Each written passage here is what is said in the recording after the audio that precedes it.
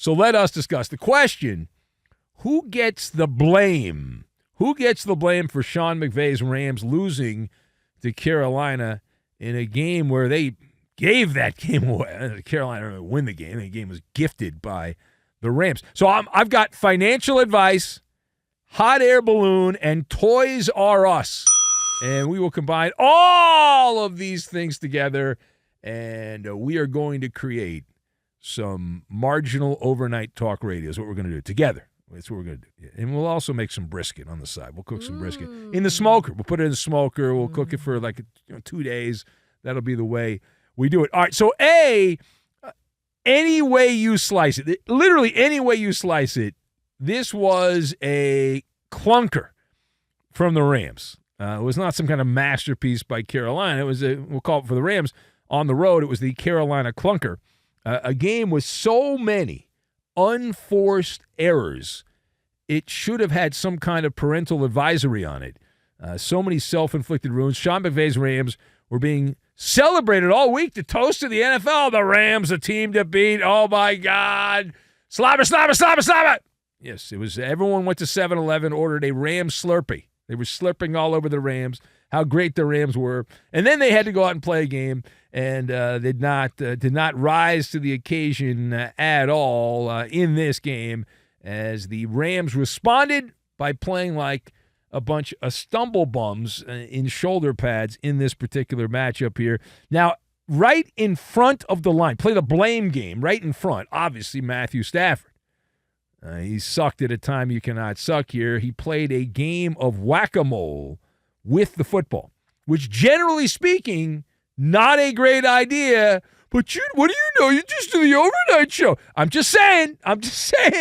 3 turnovers. There were missed throws. The body language of a man who realized that his GPS was broken and he was stuck on a dark highway out in the country somewhere. And he's like, I don't know what I'm doing here.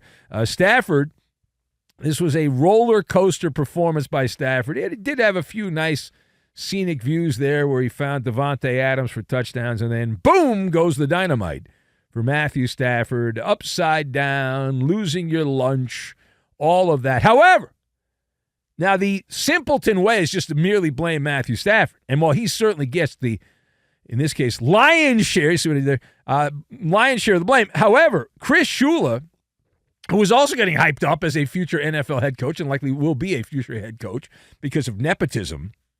So Chris Shula's group, he's the defensive coordinator for the Rams, they lacked a sense of urgency. Like they looked like they were running for stretches in that game like they were running an oatmeal, which I don't know that you want to run through oatmeal. I don't recommend it. And just heavy-footed on defense and just messing up, blundering and bumbling and all those things, sloppy tackling.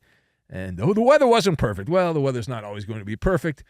And down the line, right now, the Chicago Bears, because the Rams lost, the Bears are the number 1 seed in the NFC.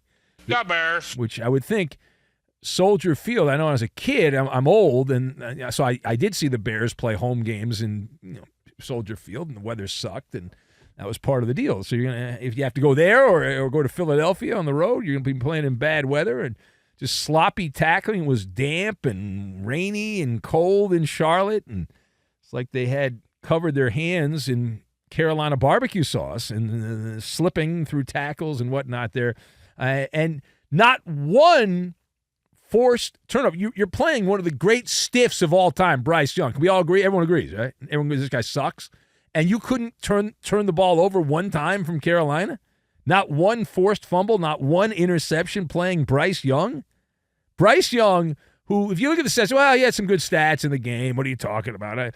But if you watch the game, Bryce Young's not the guy that beat the Rams.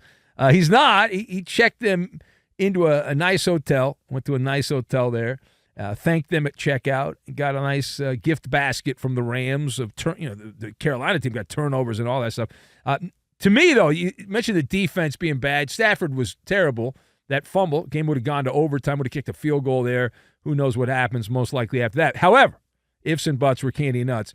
The biggest issue here, and this is something that you look, and Stafford's going to be fine. I'm not worried about Matthew Stafford. However, I am concerned about a Cinderella story on defense. The Rams picked up a player named Emmanuel Forbes from Washington, who was a first-round pick who got released because of incompetence with the team formerly known as the Redskins. And they're using that financial advice from Emmanuel Forbes, and he had been fine. I wouldn't say great. He'd been fine or good or whatever. But now this guy turned into a human ATM machine. Guys were getting cash right and left for Carolina in this game.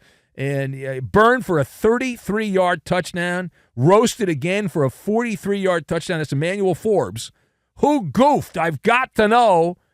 And the Panthers, you look at the running back combination, Chuba Hubbard and Rico Dowdell, they were not explosive in this game, but it was death by 1,000 paper cuts for Carolina. McVay's magic did not work. Clearly only works when the weather's okay, not in the rain. Didn't really work there. So the Rams, they gave that game away. You want to crowd them? Crowd their ass, but they gave that game away is what they did. Now, turning the page, but not very far. So the MVP race, the question on this one, does this stinker of a performance by Matthew Stafford, the lack of performance in Carolina, does this now put the kibosh on the Matthew Stafford MVP campaign? Is that it? Now, the MVP race, I went into a plane, and I went like 30,000 feet up. I looked down. So I'm looking down from 30,000 feet. The MVP race went from Stafford in the pole position to the pothole position based on that performance there for Stafford. The Rams, who entered Carolina, as we said, they were the toast of the NFL. Everyone, slurping all over them. And Stafford was in the lead, MVP highlights all over the place. And suddenly he's in the car there. The backup camera now turned on there, and the bandwagon is now reversing. So they're now going backwards on the Stafford MVP bandwagon, and they're going down a one-way street backwards. It's not recommended there. So it's not a kill shot. It's certainly not a kill shot. If you think that, you're just a troll and a loser and a punk and a scumbag. It's not a kill shot. However, think of it like a hot air balloon. And the balloon's starting to go down a little bit. You might want to get that fire cranked up because it's not going very well. Now, if you look at Stafford, let's hear, before I get into more of this, let's hear from Matthew Stafford. Here's Matthew Stafford, who sucked at a time you cannot suck for the Rams here and all those mistakes. What do you got to say for yourself, Stafford? I mean, the first one, I'm playing that play the exact same. They did a nice job getting their hands up. Tip ball, I mean, that's the name of the game. It's you gotta go play aggressive, and that's fine. Second one, obviously, I can't leave that ball inside. Guy made a nice plays, made a bunch of good plays this year, but can't leave that one inside and give him 7 on that one. So that's tough. And then find a way to hold on to that last one because we're in field goal range. Give us a chance to tie that thing up and let us go play defense. So obviously, we're not going to win a whole lot of games when I turn it over 3 times, and hasn't been an issue. And don't expect it to be moving forward. Just continue to trust my fundamentals, go out there and play, and know that I'm doing all the stuff I can to make sure that I play at a high level, and it just didn't happen for me today. All right, so that was a bunch of nonsense. But here's the deal. This is a throwback and a reminder that that's still somewhere in there. There's still a lot of that stuff. It's a throwback edition of Matthew Stafford, like someone dug up the old Lions NFL Films sizzle reel from like 2013 or something like that and just pressed play, and there you go. That's Stafford. The pristine record, Gonzo. He did set the record, though. Stafford, before he started turning the ball over, he set the NFL record, 28 consecutive touchdown passes without an interception. Bye-bye Tom Brady. 317 throws over 10 weeks without an interception, and you can put that right in the shredder. The first one was to Nick Scott, who I believe played for the Rams in the past. So that was a special FedEx delivery right there. Congratulations on that. Stafford signed for it. Interception. Boom. There you go. And so, again, the campaign bus here, the campaign bus just blew a tire. The Matthew Stafford MVP campaign bus blew a tire. It's on the side of the interstate right now. But Stafford survives, and the reason he's still very much alive for the MVP is because there's nobody else. Literally, I mean, who else is there? There's no Mahomes meteor shower of touchdowns. Chiefs just lost to the Cowboys. Pathetic. There's no Lamar laser show. Lamar not really getting her done. the Ravens also took it on the chin to the Cincinnati Bengals, and all that talk about a Aaron Rodgers revival tour. Well, that's not happening. So Josh Allen, the Bills won. He didn't play very well. So what do you got? By the process of elimination, Stafford is still very much in the middle of this. And, you got to take this game as an outlier. Now, if he starts throwing interceptions right and left, the Rams play another divisional game next week on the road. Then we'll see, is this the opening credits of a decline documentary? And if this is just a one-off, then you're fine. Carolina is a middle-of-the-pack team, and that's it. They're not a heavyweight, and you know that, the way they celebrated beating the Rams, one of the great wins in franchise history.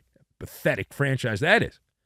And meanwhile, in Foxborough, you talk about the MVP race. You look tonight, Patriots quarterback Drake May, he has a pedestal for himself there as the Patsies play Monday night Island game.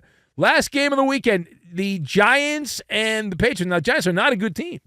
The Giants are not a good team. We all know that. However, everyone will be watching. There's nothing else. You can't watch the NBA. It's unwatchable.